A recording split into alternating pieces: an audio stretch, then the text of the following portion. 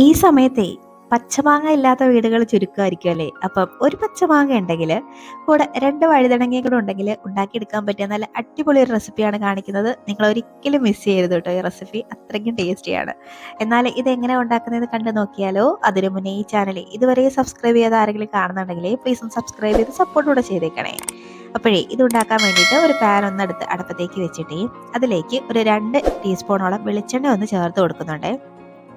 വെളിച്ചെണ്ണയിൽ ഉണ്ടാക്കുമ്പോഴാണ് ഇതിന് നല്ലൊരു ടേസ്റ്റ്. അപ്പം ഈ വെളിച്ചെണ്ണയെ ഒന്ന് ചൂടായി വരുമ്പോഴേക്കും ഇതിലേക്ക് ഒരു 2 വഴുതനങ്ങ എടുത്ത് നമ്മൾ സാമ്പാറിനൊക്കെ അരിയില്ലേ, അതേപോലെ അത്യാവശ്യം വലുതായിട്ട് തന്നെ ഒന്ന് അരിഞ്ഞൊന്ന് ചേർത്ത് കൊടുക്കാം. ഇതിന് കത്തിരിക്കയെന്നും പറയാറുണ്ട് കേട്ടോ. ഞങ്ങൾ കൂടുതലും ഇവിടെ വഴുതനങ്ങ എന്നാണ് പറയുന്നത്, അതുകൊണ്ട് ഞാൻ അങ്ങനെ പറഞ്ഞു എന്നേ ഉള്ളൂ. ഇത് ഈ എണ്ണയിലിട്ട് നന്നായിട്ടൊന്ന് ഫ്രൈ ആക്കി എടുക്കാം. ഒന്ന് വെന്ത് വന്നാൽ മതിയാവും. ഒരുപാട് ഇട്ടങ്ങ് കുഴഞ്ഞു പോകുന്ന രീതിയിലൊന്ന് വേവിച്ചെടുക്കണ്ട. കാര്യം നമ്മളിത് കറിയിലിട്ട് ഒന്നും കൂടെ വേവിക്കുന്നതാണേ. അപ്പോൾ ഇത് നന്നായിട്ടൊന്നങ്ങ് വേവിച്ചെടുക്കുന്നുണ്ട്. ഈ പരുവം വരെ ഒന്നങ്ങ് ഫ്രൈ ആക്കി എടുക്കാം. എടുത്തിട്ട് നമുക്കിത് ഈ പാനിൽ നിന്ന് കോരി അങ്ങോട്ട് മാറ്റി വെക്കാം.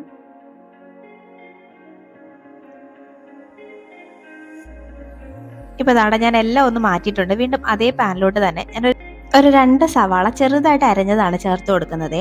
അപ്പോൾ ഈ സവാള നല്ല ചെറുതായതുകൊണ്ടാണ് ഞാൻ 2 എടുത്തത്. നിങ്ങളുടെ കയ്യിൽ അത്യാവശ്യം വലിയൊരു സവാളയാണ് ഉള്ളതെങ്കിൽ ആ ഒരെണ്ണം തന്നെ മതിയാവും. അത് ഇതുപോലെ ഒന്ന് ചെറുതായിട്ട് അരിഞ്ഞിട്ടൊന്ന് ചേർത്ത് കൊടുക്കാം. ഈ സവാളയ്ക്ക് ഒന്ന് കളർ ഒന്ന് മാറി വരണം കേട്ടോ. അതുവരെ ഒന്ന് വഴറ്റിയെടുക്കണം. ആകെപ്പാടെ ഈ കറിക്ക് ഇച്ചിരിയെങ്കിലും ചെയ്യാൻ പാടുള്ളതായിട്ട് തോന്നുന്ന സ്റ്റെപ്പ് ഇത് മാത്രമേ ഉള്ളൂ കേട്ടോ. ബാക്കിയെല്ലാം വളരെ എളുപ്പം കഴിയുന്നൊരു കറിയാണ് കേട്ടോ. വളരെ എളുപ്പം ഉണ്ടാക്കിയെടുക്കാൻ പറ്റുന്നൊരു കറിയാണ്. അപ്പം സവാള ഈ സ്റ്റേജൊക്കെ എത്തുമ്പോഴേക്കും ഇതിലേക്ക് നമുക്ക് 1 ടേബിൾ സ്പൂണോളം ഇഞ്ചിയും വെളുത്തുള്ളിയും ചതച്ചതാണ് ചേർത്ത് കൊടുക്കുന്നത്. ഇനി ഈ ഇഞ്ചിയും വെളുത്തുള്ളിയുടെ ഒക്കെ പച്ചമണമൊക്കെ ഒന്ന് മാറുമല്ലോ, അതുവരെ ഒന്ന് വഴറ്റിയെടുക്കാം. പെട്ടെന്ന് തന്നെ ഒന്ന് ആയി കിട്ടുവേ. ഈ ഇഞ്ചി വെളുത്തുള്ളിയുടെ പച്ചമണമൊക്കെ ഇപ്പോൾ ഒന്ന് മാറിയിട്ടുണ്ട്. ഇനി ഇതിലേക്ക് ഒരു തക്കാളി ഒന്ന് മിക്സിയുടെ ജാറിലിട്ടൊന്ന് അരച്ചെടുത്തതാണ്. ഇത് തക്കാളി അത്യാവശ്യം നല്ല വലിയ തക്കാളിയാട്ടോ, അതുകൊണ്ടാണ് ഞാൻ ഒരെണ്ണം എടുത്തത്. ഇനിയിപ്പോൾ നിങ്ങളുടെ കയ്യിൽ ചെറുതായിരിക്കുന്നെങ്കിൽ 2 എടുക്കണം കേട്ടോ. ഈ തക്കാളി അധികം ചേർക്കുന്നത് ഈ കറിക്ക് നല്ലൊരു ടേസ്റ്റ് കൊടുക്കും. ഇനി ഈ തക്കാളിയുടെ പച്ചമണമൊക്കെ ഒന്ന് മാറി അതിലെ വെള്ളത്തിന്റെ അംശമൊക്കെ ഒന്ന് വറ്റി വരുന്നവരും ഒന്നങ്ങ് വഴറ്റിയെടുക്കണേ. ഇപ്പൊ ദാ വെള്ളമൊക്കെ ഒന്ന് വറ്റി തക്കാളിയൊക്കെ ഒന്ന് വെന്ത് വന്നിട്ടുണ്ട്. ഈ പരുവം വരെയൊക്കെ ഒന്ന് മതിയാവേ.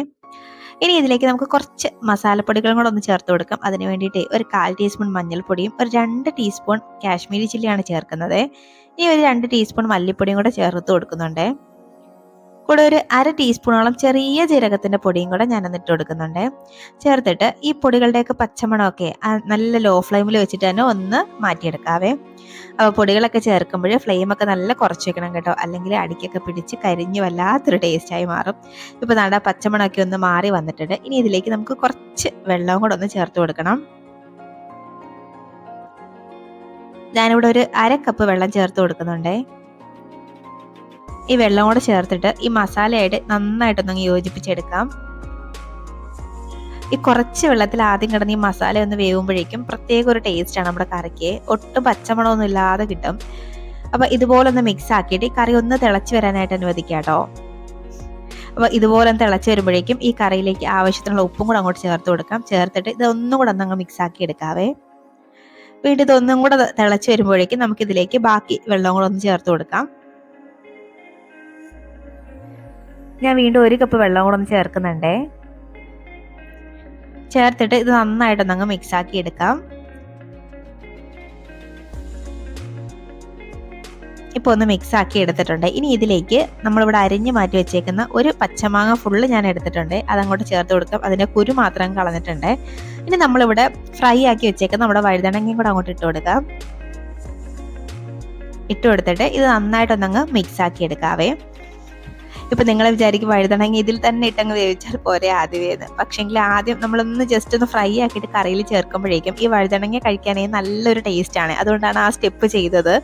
അപ്പൊ ഇതൊന്ന് അടച്ചു വെച്ചിട്ട് നമുക്കൊരു 5 മിനിറ്റ് ഒന്ന് വേവിച്ചെടുക്കാം. ഇപ്പൊ ദാണ്ടെ ഒരു 5 മിനിറ്റ് ഒക്കെ കഴിഞ്ഞിട്ടുണ്ട്. ആ ഗ്രേവിയൊക്കെ നന്നായിട്ട് വറ്റി എണ്ണയൊക്കെ ഒന്ന് തെളിഞ്ഞ് വന്നിട്ടുണ്ട്. പിന്നെ ആ മസാലയൊക്കെ നമ്മുടെ മാങ്ങയിലും വഴുതനങ്ങയിലൊക്കെ നന്നായിട്ട് പിടിച്ച് വന്നിട്ടുണ്ട്. ഈ പാകമൊക്കെ എത്തുമ്പോഴേക്കും നമുക്കിതിലേക്ക് ഒന്നും കൂടെ ഒന്ന് മിക്സ് ആക്കി എടുത്തിട്ട് ഇതിലേക്ക് കുറച്ച് കറിവേപ്പിലയും കൂടെ ഞാനൊന്ന് ഇട്ട് കൊടുക്കുന്നുണ്ട്. ഇനിയിപ്പോൾ നിങ്ങൾക്ക് മല്ലിയിലയുടെ ഫ്ലേവർ ഒരുപാട് ഇഷ്ടമാണെങ്കിൽ അല്ലെങ്കിൽ മല്ലിയില കയ്യിലുണ്ടെങ്കിൽ അത് വേണമെങ്കിൽ ചേർക്കാം.